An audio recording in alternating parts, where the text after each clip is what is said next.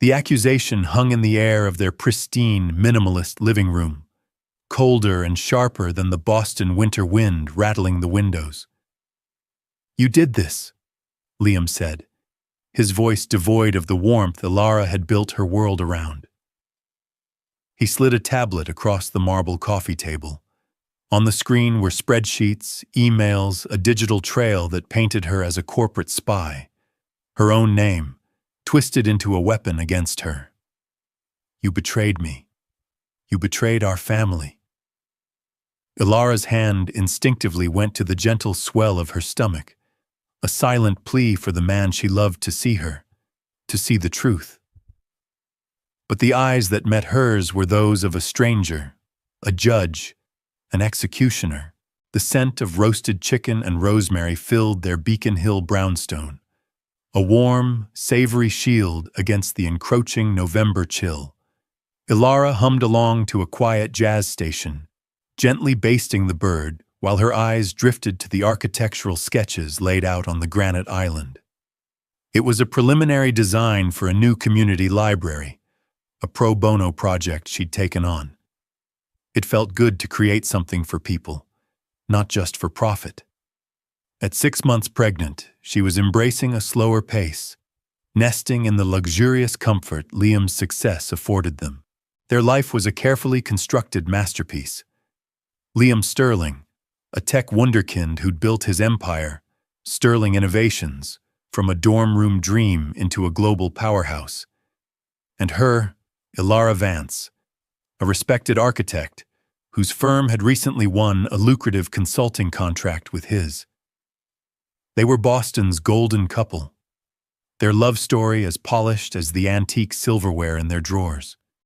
"Smells like heaven in here," Liam's voice boomed from the doorway. He dropped his leather briefcase with a heavy thud, shrugging off his cashmere coat. He looked exhausted, the lines around his blue eyes etched deeper than usual. Ilara smiled, wiping her hands on her apron as she went to him. "Tough day?" she asked, wrapping her arms around his neck and breathing in his familiar scent of expensive cologne and city air. He sighed, melting into her embrace. "You have no idea. The board is breathing down my neck about the Helios launch. Any leak, any delay, and our stock will tank." He kissed her forehead, then knelt, placing a hand on her belly. "How's my little co-conspirator doing? He's been practicing his soccer kicks all day," she laughed. "Right on my bladder mostly." It was their nightly ritual, this quiet moment of connection that made the pressures of their world fade away. But lately, a new name had begun to punctuate these moments, a name that always seemed to be attached to Liam's stress. "Amelia. Thank God for Amelia," he said, straightening up as he loosened his tie. "She handled the press inquiries today. She's a shark. Managed to kill a negative story before it even got legs." Amelia Harding was Liam's COO, a woman who was as ruthlessly efficient as she was impeccably dressed. Ilara had met her a few times at company galas. She was sharp, beautiful, with an unnerving ability to hold your gaze a second too long. Ilara had tried to like her, for Liam's sake, but there was a coldness to her, a transactional quality to her every interaction that set Ilara's teeth on edge. "She seems very dedicated," Ilara offered, choosing her words carefully. "Dedicated doesn't even cover it," Liam said, grabbing a glass from the cabinet. "She's the only one who really gets what's at stake. She's been living at the office, practically." He paused, pouring himself a whiskey. "She actually flagged a potential security issue on the consulting side of the project today. With your firm's remote access portal." A prickle of unease ran down Ilara's spine. "Oh, my team lead didn't mention anything." She handled it directly. Said it was probably nothing, just a ghost in the machine. But she wanted to be thorough. She's always one step ahead. He took a long sip of his drink. "You know, I wish your team was half as proactive as she is. The criticism, though small, stung. Ilara's firm was one of the best in the city. We have excellent security protocols, Liam. We've never had a breach. I know, I'm just stressed. He ran a hand through his dark hair. Amelia's just on another level. She gets it. She gets me. The words hung in the air, heavier than he intended. She gets me. Ilara busied herself at the counter, her earlier joy evaporating like steam from a pot. She told herself it was the pregnancy hormones making her sensitive, the primal fear of a mother protecting her nest. Liam was stressed, and Amelia was his professional rock. It was nothing more. A week later, at a charity auction, the unease returned with a vengeance. Ilara was chatting with another architect when Amelia materialized at Liam's side, a vision in a sleek emerald dress. She placed a perfectly manicured hand on his arm, leaning in to whisper something in his ear. It was an intimate gesture, possessive. Liam laughed, his head tilted towards hers. For a moment, they looked like the couple, and Ilara, standing just a few feet away, felt like an outsider. She moved to join them, her smile feeling brittle. Amelia, good to see you. Amelia's eyes swept over Ilara's growing belly with a flicker of something unreadable before her professional mask snapped back into place. Ilara, you're glowing. Liam, we need to talk to Mr. Chen before he leaves. He's wavering on the Q3 investment. She didn't release his arm, instead giving it a slight tug. Right. Honey, you mind? Liam asked, already turning to go. Of course not, Ilara said, her voice lighter than she felt. She watched them walk away, a perfectly matched pair of predators cutting through the crowd. It wasn't just that Amelia was his COO. It was the way she looked at him, with a hunger that had nothing to do with business. And it was the way Liam was starting to look at Ilara, not with less love, but with a new, subtle distance, as if seeing her through a pane of glass someone else had installed. That night, as she lay in bed, feeling her son kick, a cold dread settled in her heart. The foundation of her beautiful life felt fragile, as if a fault line was tracing its way through their home, silent and unseen, waiting for the right moment to crack everything wide open. The first tremor came disguised as a technical glitch. Ilara was in her home office, finalizing a render for the library project, when an urgent email from her firm's IT department popped up. Mandatory security update, immediate action required. It looked legitimate, down to the company letterhead. She clicked the link, entered her credentials, and watched a progress bar fill. A few minutes later, her system was back to normal. She thought nothing more of it. 2 weeks later, the earthquake hit. It was a Tuesday afternoon. The sky outside was a bruised purple, threatening a winter storm. Liam had called her an hour earlier, his voice clipped and strange. Stay home. I need to talk to you when I get back. Don't go anywhere. The ominous tone had sent a spiral of anxiety through her. She'd been trying to call him back, but he wasn't picking up. Now she heard his key in the lock. The sound was harsh, violent. He walked into the living room, his face a granite mask of fury. He wasn't alone. Amelia was with him, standing just behind his shoulder, her expression a careful blend of concern and sorrow. It was a masterful performance. Liam, what's wrong? You're scaring me, Ilara said, rising from the sofa. That's when he slid the tablet across the coffee table. The moment from her nightmares. You did this. Her mind struggled to catch up with the venom in his voice. She picked up the tablet, her hands trembling. It was a file, a dossier of betrayal. There were emails, seemingly sent from her personal account to a competitor, containing sensitive data about the Helios project. Proprietary algorithms, launch timelines, marketing strategies. There were financial records showing a large payment into an offshore account that had been opened in her name. There were logs showing her user credentials accessing the secure Sterling Innovation server at 2 a.m. on a Sunday. This is insane, she stammered, scrolling through the fabricated evidence. Liam, this isn't real. Someone faked this. Did they? He shot back, his voice raw. Did they fake your resentment, Ilara? The little comments about how my work was consuming our lives? The complaints about me being married to the company? Ilara's head snapped up. Those were her words, yes, but they had been whispered to him in moments of tired intimacy, fears she had shared in the safety of their bed. They were now being repeated back to her as motive. She looked past Liam to Amelia, who was watching her with cold, pitying eyes. And she understood. She's been talking to you, Ilara whispered, a horrifying clarity cutting through her shock. She's been twisting everything. Amelia has been my only ally in this. Liam roared, his face contorted. She's the one who discovered the breach. She's the one who has been working for a week straight, trying to trace it, hoping against hope it wasn't you.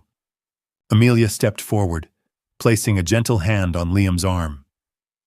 Liam, maybe we should calm down. This is a shock for everyone.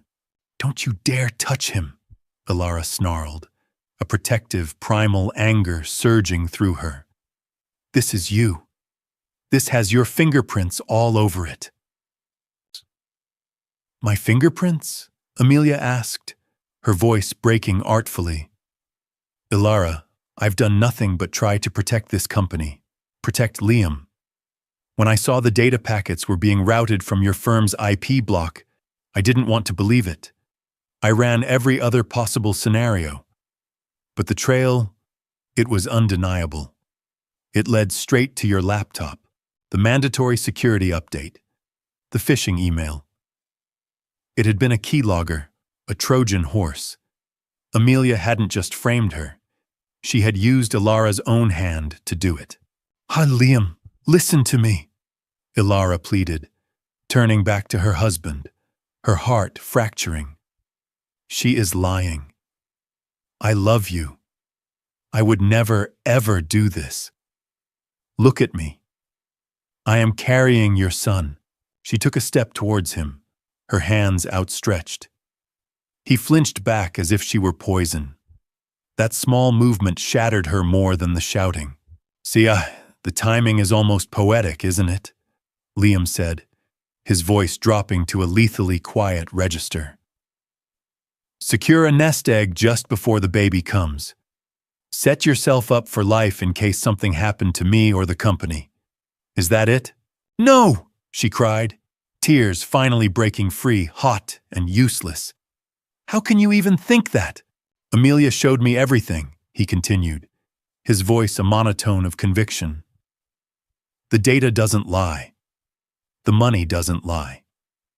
We are facing SEC investigations, lawsuits from our shareholders. Everything I have ever worked for is on the verge of collapsing. Because of you. Each word was a physical blow. He wasn't just accusing her. He had already convicted her. There was no room for doubt in his mind. No space for her truth. Amelia had spent months preparing the ground, planting seeds of mistrust, watering them with carefully chosen words and manipulated moments, and now her poisonous garden was in full bloom. Get your things, Liam said, his voice flat, his eyes staring at a point on the wall just past her head. I want you out. Tonight. Liam, no, please, she begged, the floor seeming to tilt beneath her feet. We can talk about this. We can hire someone, a real investigator. I've already spoken to my lawyers, he cut her off, They'll be in touch with yours, if you have one. He turned and walked towards the door, Amelia following silently in his wake. At the threshold, he stopped but didn't turn around. The locks will be changed in the morning. Don't try to come back. Then he was gone. The heavy front door clicked shut, the sound echoing in the sudden cavernous silence of the room. Ilara stood alone, the tablet still in her hand, its screen glowing with the architecture of her own destruction. The life she had known, the man she had loved, the future she had been carrying, it had all been a lie. And the truth didn't matter at all. The first few hours were a blur of disbelief.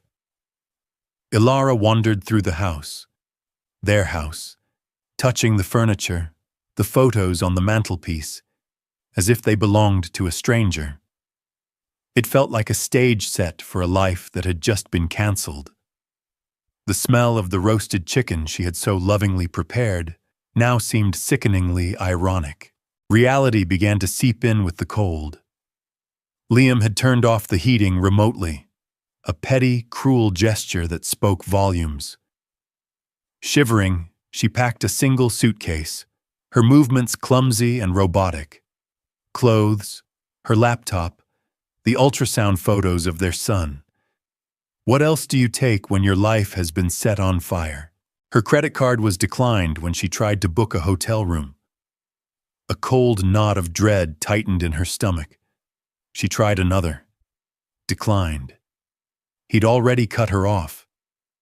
She checked her bank account on her phone. Balance, 0 $0. He had systematically, efficiently, and completely erased her. She drove aimlessly through the glittering streets of Boston, the Christmas lights mocking her despair. The car was in her name, a small Mercy, but it was running on fumes. She had nowhere to go. Her parents were gone, passed away years ago, and her closest friends were all enmeshed in Liam's world. Calling them would be useless. The story of her betrayal would have already been spun, Liam the victim, her the villainous, greedy wife.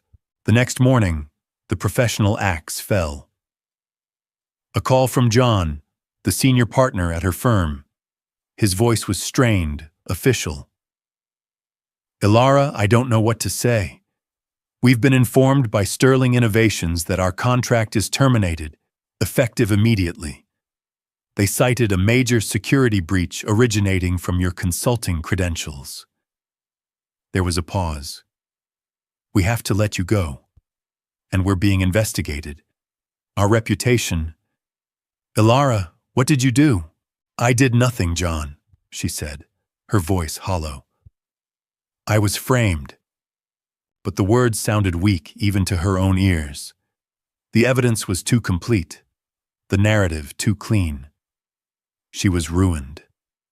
In a single day, she had lost her husband, her home, her career, and her reputation. She spent the next 2 nights sleeping in her car in a 24-hour supermarket parking lot, curled awkwardly in the back seat, the steering wheel digging into her pregnant belly.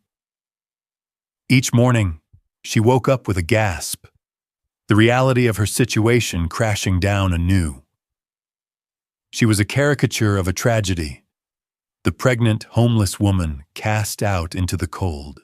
On the 3rd day, desperate and hungry, she sold her engagement ring. The diamond Liam had chosen, which she had once thought symbolized their unbreakable bond, was slid off her finger and appraised by a pawnshop owner with bored eyes. He gave her a fraction of what it was worth, but the cash in her hand felt like a lifeline. It was enough for a room in a dingy motel by the highway, the kind with flickering fluorescent lights and the lingering smell of stale smoke. As she lay on the lumpy mattress, staring at the water-stained ceiling, the full weight of her isolation pressed down on her. It wasn't just the loss of comfort and security. It was the profound, soul-crushing loneliness. The man who had vowed to protect her, who had placed a hand on her stomach and promised their son the world, had not only abandoned her, but had actively orchestrated her destruction. The psychological warfare was relentless. Her name was dragged through the mud in financial blogs and gossip columns. Anonymous sources from Sterling Innovations painted a picture of a calculating, unstable woman. She stopped looking at the internet, but the shame followed her, a phantom presence in her motel room. Depression began to set in, a thick gray fog that made it hard to breathe, hard to even move. What was the point? Her life was over. Liam had won. Amelia had won. Sometimes she would place a hand on her belly and feel nothing, a terrifying numbness where maternal joy was supposed to be. The baby felt less like a promise and more like a complication, a tether to a life that had been violently ripped away. The thought shamed her, sending her into fresh spirals of despair. One evening, staring at her reflection in the cracked bathroom mirror, she saw a ghost. Her face was gaunt, her eyes hollow and haunted. She was disappearing, fading away under the weight of the betrayal. Then she felt it. A strong, definitive kick from within. Not a flutter, but a solid thump, a tiny person demanding to be noticed. "I'm still here," it seemed to say. "And so are you." Another kick, stronger this time. Tears streamed down Alara's face, but these were different. They weren't tears of self-pity, but of something else. A flicker of defiance. They had taken her husband, her home, her name. But this child was hers. He was an innocent in this nightmare, and he deserved a mother who would fight for him.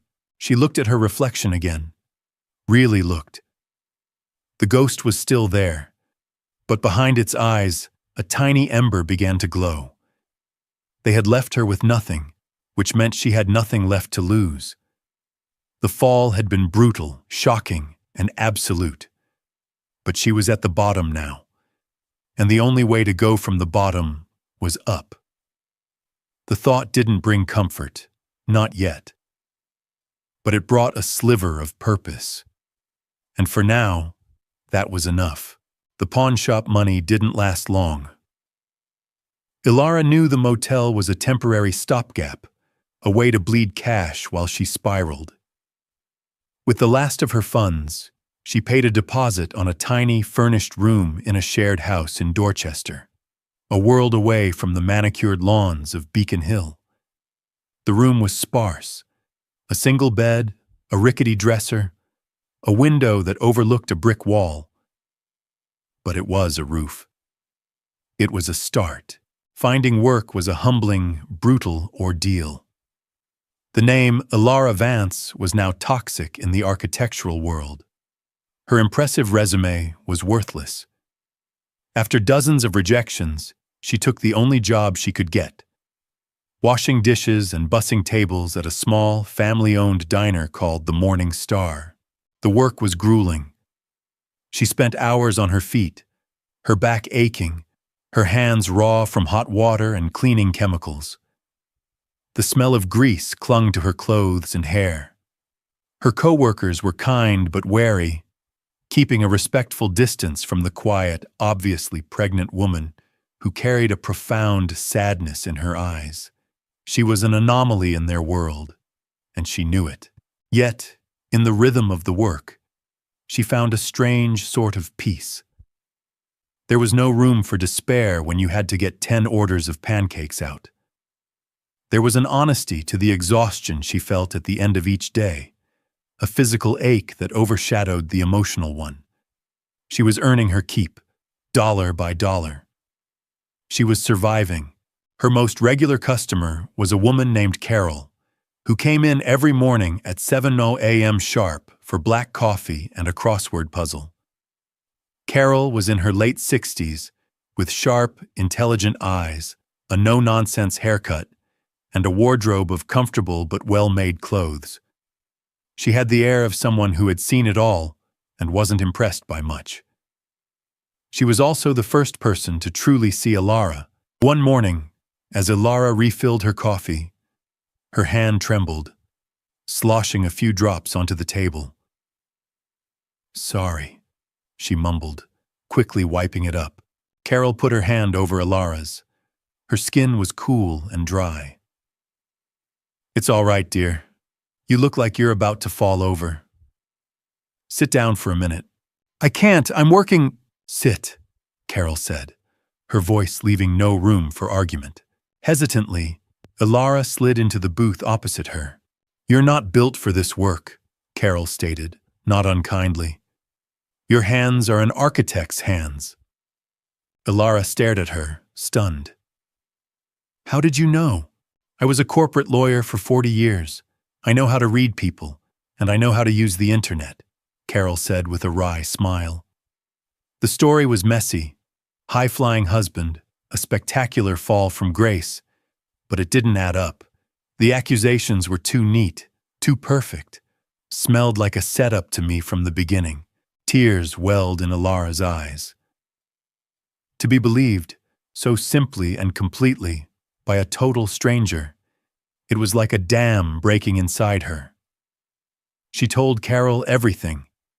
The whole sordid, painful story poured out of her in a hushed, desperate torrent in the corner of the noisy diner. Carol listened patiently, her gaze never wavering, just nodding occasionally as she sipped her coffee. When Ilara finished, her voice hoarse, Carol simply said, "He's a fool, and you are much stronger than you think." That conversation was the beginning of a friendship that became Ilara's lifeline. Carol became her confidant, her mentor, her surrogate mother. When she found out about Ilara's living situation, she was appalled. "You can't raise a baby in a shoebox," she declared one afternoon. "I have a spare room. My kids are grown and gone. The house is too quiet. You'll move in with me. It's not a request." And so, Ilara moved into Carol's cozy, book-filled home in a quiet, leafy suburb. For the first time in months, she felt safe. She had a home again, not one of luxury, but one filled with warmth and genuine care. Carol pushed her. Not hard, but persistently. She bought her a professional set of drawing pencils and a sketchbook. "You need to use your gift," she said. "Not for them, for you." At first, Ilara couldn't. The act of designing was tied to the life she'd lost. But one evening, sitting in the quiet living room, she started to sketch. She didn't draw buildings. She drew the faces she saw at the diner. She drew the gnarled oak tree in Carol's backyard. And slowly, she began to draw designs for baby furniture. A clever convertible crib, a mobile with perfectly balanced, interlocking wooden birds. Her creativity, once a source of professional pride, became a form of healing. It was a way to process her pain and channel her hope. She was no longer Ilara Vance, disgraced architect. She was Ilara, a mother-to-be, creating a small, beautiful world for her son with her own two hands. She started attending a community prenatal group, connecting with other expectant mothers. They talked about morning sickness and nursery colors, not stock prices and corporate takeovers. It was a world grounded in simple, profound truths. Here, she wasn't a headline. She was just Ilara. Her belly grew, and with it, her strength. She was still scarred, still haunted by the ghost of her past life. But the embers of hope, first kindled by the kick of her unborn son, were being fanned into a steady flame. She was building a new foundation, not of steel and glass, but of resilience, friendship, and a fierce, quiet love for the child she would soon bring into the world. Liam's life, on the surface, had returned to a semblance of order. The Helios project, after a frantic period of damage control, was back on track. The threatened lawsuits had been averted, the scandal contained. Amelia, now a fixture in his home and his life, was a constant, reassuring presence at his side, the architect of his professional salvation. He should have been relieved. He should have been grateful. Instead, a quiet, corrosive unease was setting in. The Beacon Hill brownstone, once filled with Alara's warmth and laughter, now felt cold and cavernously empty, despite Amelia's attempts to fill it. She replaced Alara's muted, tasteful art with bold, abstract pieces that felt jarring and aggressive. She hosted lavish dinner parties for investors and board members, playing the part of the perfect corporate spouse with chilling precision. But there was no heart in it. The house was no longer a home. It was a showroom. Liam found himself increasingly irritated by small things. The way Amelia would talk down to the housekeeping staff, her voice dripping with condescension. The way she needed constant praise for every minor business victory. The way she would subtly disparage Alara, bringing her up in conversation only to highlight her own superior loyalty. "It's a miracle we saved the launch," she'd say, pouring him a drink. "If I hadn't caught what Alara did when I did, well, it doesn't bear thinking about." He would nod along, but the words started to ring hollow. He remembered Alara's passion for her work, her meticulous attention to detail. Betrayal for money seemed so grotesquely out of character. He had been so blinded by his panic and rage, so expertly guided by Amelia's narrative, that he had refused to see the woman he had known and loved for 5 years. The first real crack in his conviction appeared during a quarterly financial review. They were looking at the budget for the Helios project, specifically the line items from the period of the data breach. He noticed a consultancy fee paid to a third-party cybersecurity firm he didn't recognize. "What's this digital ghost firm?" he asked, pointing to the screen. Amelia glanced at it, barely breaking stride in her presentation. "Oh, that was the firm I hired to do the initial deep dive when I first suspected a leak. They were discreet, expensive, but they confirmed my fears and helped me gather the initial evidence against Alara." Something about her answer felt too smooth. "Why have I never heard of them? Why wasn't this in your initial report to me?" "It was a chaotic time, Liam," she said, her voice like silk. "I was managing a dozen crises at once. I paid them out of a discretionary fund to avoid raising alarms internally. I was protecting you, protecting the company. Does it matter?" It did. It mattered immensely. Liam had built his company on transparency. Hiding a vendor, especially one involved in such a critical incident, was a cardinal sin. For the first time, he didn't see a brilliant COO protecting her CEO. He saw a woman who was comfortable with secrets. That night, unable to sleep, he went into Alara's old home office. Amelia had wanted to change it into a guest room, but he'd forbidden it, a decision he hadn't understood himself at the time. It was exactly as Alara had left it. Her scent, faint and floral, still clung to the air. On her desk, beneath a stack of papers, was the sketchbook for the community library. He sat down and flipped through the pages. Detailed, beautiful drawings filled with light and purpose. This was the work of a creator, not a destroyer. He saw her notes in the margins, her elegant handwriting full of passion for the project. Could the woman who designed this beautiful, selfless space be capable of the ugly, selfish betrayal he'd condemned her for? His suppressed guilt, a beast he had kept locked away, began to stir. He remembered her face that day, the raw shock, the desperate plea in her eyes. He remembered the way she had clutched her pregnant belly, not as a shield, but as if trying to protect their son from his own father's monstrous words. He had called her a traitor. He had thrown her out, pregnant, with his child. The thought was a physical sickness. He stumbled into the bathroom and retched, his body convulsing with a shame so profound it felt like it was tearing him apart. He spent the rest of the night digging. He went back through old emails, text messages, calendars.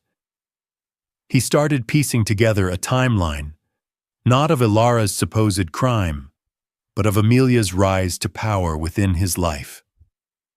He saw the pattern now, the subtle whispers, the manufactured urgencies, the way she had slowly isolated him from his other advisors and from his wife. She hadn't just framed Ilara, she had groomed him, the CEO of a billion-dollar company, like a mark. He found an old email from Ilara, sent a month before the disaster. "I'm worried you're burning out," she'd written. "Amelia seems to be pushing you harder than ever. Please, let's take that weekend trip we talked about. I miss my husband." He had replied with a curt, one-line response, something Amelia had helped him draft. Can't. Too much at stake with Helios. He had chosen the company over his wife. He had chosen Amelia's ambition over Ilara's love. The seed of doubt had been planted, and now, watered by his suffocating guilt, it was beginning to grow into a terrifying, unshakable tree of suspicion. He had made a catastrophic mistake. The only question was how deep the deception went, and if it was too late to undo any of it. Liam felt like a man waking from a long, drugged sleep. The world he had accepted as reality was shimmering, threatening to dissolve.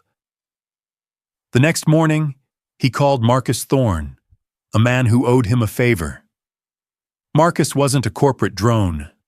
He was a former military intelligence officer who now ran a boutique private investigation firm that specialized in the kind of digital forensics that made corporate PIs look like amateurs. They met in a discreet coffee shop far from the financial district. Liam, his face pale and drawn, laid out the basics. He didn't mention Ilara by name. He simply said he had reason to believe the official report on the Helios data breach was flawed, and that he needed a fresh, untraceable investigation into its origins. "I want you to operate completely off the books, Marcus," Liam said, his voice low. "No one at Sterling can know about this, especially not my COO, Amelia Harding. I want you to look at her too." Marcus raised an eyebrow but didn't ask questions. He just nodded. "I'll start with the phantom cybersecurity firm, Digital Ghost. See if they even exist." 2 days later, Marcus called. "They don't. The company was a shell, registered to a P.O. box in Delaware and dissolved a week after you paid the invoice. The money was wired from there to an account in the Caymans." Liam's blood ran cold. "Keep digging." Marcus's next move was to get inside Sterling Innovations servers, not through the front door, but through the back. Using a zero-day exploit he'd been saving for a special occasion, he slipped past the company's firewalls and began to sift through the digital ashes of the breach. He examined the raw data logs, the ones Amelia had supposedly used to build her case against Ilara. The evidence of a frame job, Marcus later explained, was glaringly obvious to a trained eye. It was clumsy, but effective, he told Liam over a secure line. The data packets weren't just routed from your wife's IP, they were mirrored. The real origin point was masked by a series of proxy servers, but the initial request, the one that started the whole chain, it came from inside your house. Specifically, from a desktop computer in your COO's office on the 34th floor. Liam felt the air leave his lungs. Amelia's office. "There's more," Marcus said. "She used a keylogger to get your wife's credentials. The phishing email was amateur hour, but it worked. But she made a mistake. She installed the keylogger from her own machine, and to cover her tracks, she used a cloud-based file shredder to wipe the installation logs. What she didn't count on was the cloud service having a 7-day rolling backup. The final piece of the puzzle, the smoking gun, arrived in Liam's encrypted inbox an hour later. It was an audio file recovered from that backup. It was a phone call Amelia had made to an unknown man, dated the day after she had presented her evidence to Liam. Her voice was giddy, triumphant. It worked perfectly, she purred into the phone. He bought every last word, threw the pregnant bitch out on the street the same night. No, he's completely broken. He thinks I'm the only one he can trust. He's mine now. The company, the man, all of it. Don't worry. You'll get your money as soon as I have full control of his personal accounts. She'll never see it coming. No one will. Liam listened to the recording 3 times, the sound of Amelia's triumphant, venomous voice clawing at his insides. The betrayal was so absolute, so profoundly evil, it was almost incomprehensible. She hadn't just wanted his affection or his money. She had wanted to annihilate Ilara, to erase her from existence and take her place. And he, blinded by his own arrogance and fear, had handed her the tools to do it. That evening, he went home and waited. When Amelia walked in, smiling, holding up 2 tickets to a symphony, he didn't say a word. He just played the recording. He watched her face as her own voice filled the room. The initial confusion, the flicker of recognition, the dawning horror, and then the complete collapse of her carefully constructed facade. The blood drained from her face, leaving a sickly, pale mask. "Liam, I can explain," she stammered, the tickets fluttering from her hand to the floor. "Can you?" he asked, his voice terrifyingly calm. "Can you explain how you methodically destroyed an innocent woman? My wife? The mother of my child?" He took a step forward, his rage a palpable force in the room. "Can you explain how you looked me in the eye and lied day after day while I was grieving a betrayal that you invented?" She tried to pivot, to manipulate. "I did it for you. For us. She was holding you back. She didn't appreciate you." "Get out!" he roared, the sound echoing off the cold marble floors. "Get out of my house. Get out of my company. Get out of my life." He picked up his phone. "I have security on their way up to escort you out. If you ever come near me, my family, or my company again, I will release this recording to the authorities, and I will spend the rest of my life ensuring you rot in a prison cell. Am I clear?" She stared at him, her eyes filled not with remorse, but with pure, unadulterated hatred for having been caught. She snatched her purse from the table and, without another word, turned and walked out of his life forever.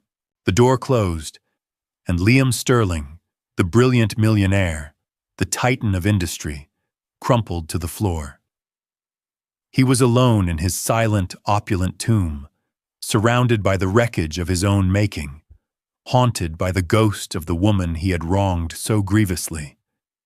The truth hadn't set him free. It had imprisoned him in a hell of his own guilt. The days that followed were a blur of self-inflicted torment. Liam fired anyone at Sterling Innovations who had been complicit in Amelia's scheme, dismantling the network she had built. He worked with a feverish intensity, not for ambition, but as a form of penance. But the silence of the brownstone was his true punishment. Every room held a memory of Ilara, her laughter in the kitchen, her books by the fireplace, the faint indentation on her side of the bed that he still couldn't bring himself to sleep on. He was a ghost in his own life, haunted by the magnitude of what he had done. It wasn't just a mistake. It was a fundamental failure of character. He hadn't trusted the woman he vowed to love. He had believed the serpent. Finding Ilara became his obsession. It was the only thing that mattered. He started with her old friends, the ones he had so callously allowed to be poisoned against her. The calls were excruciating. He had to swallow his pride and admit the entire sordid truth, listening to their shocked silence, their anger, their disgust. He deserved it all. None of them knew where she was. She had vanished, cutting all ties to her old life. He hired Marcus Thorne again, this time for a personal mission. "Find her," he pleaded, his voice raw. "I just need to know she's okay." The search was harder than he expected. Ilara hadn't used her credit cards or her bank accounts. She had disappeared off the grid. It took Marcus 2 weeks to find a trail, a digital breadcrumb. Ilara had sold her car a few months back, a cash transaction in a town just outside Boston. From there, Marcus used old-fashioned legwork, showing her picture at diners, motels, bus stations. Finally, he found her. She was living in a small, quiet suburb called Northwood, renting a room from a retired lawyer named Carol Sterling. The irony of the last name was not lost on Liam. "She looks healthy," Marcus reported over the phone. "Very pregnant. Seems to have a quiet life. I saw her at a community center, at some kind of class for new moms." Liam drove to Northwood the next day, his heart hammering against his ribs.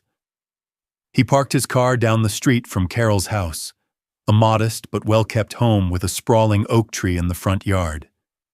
He waited for hours, feeling like a stalker. Just before dusk, he saw her. Ilara emerged from the house, walking alongside an older woman. Carol, he presumed. She was wearing a simple maternity dress, her dark hair pulled back in a ponytail. Her face was fuller, softer, and she was smiling. Not a polite society smile, but a genuine, easy smile as she chatted with her friend. She looked peaceful. She placed a hand on her belly, a gesture so familiar it made his chest ache. She was no longer the broken, terrified woman he had cast out. She was whole. She had rebuilt her life from the ashes where he had left her. She had done it without him, without his money, without his name. She had done it on her own. The realization was a punch to the gut. He had come here with a vague, half-formed fantasy of a tearful reunion, of him begging for forgiveness and her falling into his arms. The nightmare finally over. But her life wasn't a nightmare anymore. He was the nightmare. He was the ghost from a past she had survived and overcome. To approach her now, to rip open those wounds for the sake of his own absolution, suddenly felt like the most selfish act of all. He watched until she went back inside the house, the warm light from the windows spilling onto the lawn. That was her world now, a world of safety and peace, a world she had built to keep monsters like him out. He drove back to Boston under a starless sky, the weight of his confession sitting like a stone in his throat. He had found her, but he was more lost than ever. He knew he had to talk to her, had to tell her the truth. But he also knew, with a certainty that chilled him to the bone, that the words, "I'm sorry," would never be enough to bridge the chasm he had blasted between them. It took Liam another week to build the courage to act. He couldn't live with the lie any longer, regardless of the outcome for himself. He sent a simple, carefully worded text message to the old number he knew she no longer used, hoping it was somehow still connected to an account she might check. "Ilara, it's Liam. I know the truth about everything. All of it. I need to explain. Not for me, for you. Can we please talk?" To his astonishment, a reply came a day later. Not from the number, but from an anonymous email address. "Northwood Park, tomorrow, 3 p.m., come alone." The message was from Carol. The park was quiet on the weekday afternoon. Leaves skittered across the pavement. Ilara was sitting on a bench overlooking a small pond, her hands resting protectively on the high, taut curve of her belly. She looked beautiful and formidable. When she saw him approach, her face remained neutral, a carefully constructed mask of composure. He knew, however, that a storm of emotion must be raging beneath the surface. He stopped a few feet away, not daring to sit beside her. "Thank you for meeting me," he said, his voice hoarse. "I'm not here for you," she said, her voice steady and clear, though he could see the tension in her jaw. "I'm here because I decided my son deserves to know his father isn't a monster. I'm hoping you can convince me I'm right." The barb hit its mark. He deserved it. He didn't offer excuses or platitudes. He simply began to talk. He told her everything, starting from his own fear and insecurity, his susceptibility to Amelia's poison. He detailed the entire frame-up, the keylogger, the shell company, the recovered audio file. He spared no detail of his own weakness, his blindness, his unforgivable cruelty. He laid his soul bare on the cold ground of the park. "Well, I didn't just fail you, Alara," he finished, his voice breaking. "I failed our son. I failed myself. I became a man I don't recognize, and the only good thing in my life, the only pure thing, was you, and I destroyed it. I threw it away because I was weak." Tears were streaming down Alara's face, silent and hot. They were tears of validation, of grief for the life they'd lost, of anger at the sheer, calculated malice of Amelia's plot. He had expected shouting, rage, but her quiet sorrow was so much worse. "I knew it," she whispered, more to herself than to him. "In my heart, I knew I wasn't crazy. But you made me believe I was." "I know," he said, his own tears falling freely now, "and I will spend the rest of my life regretting it." He took a step closer, his hands clenched at his sides. "I will give you anything, Alara. A settlement that will ensure you and our son are secure for the rest of your lives. My name for him, if you'll have it. I will do whatever it takes to try and make this right." She took a long, shaky breath, wiping her tears with the back of her hand.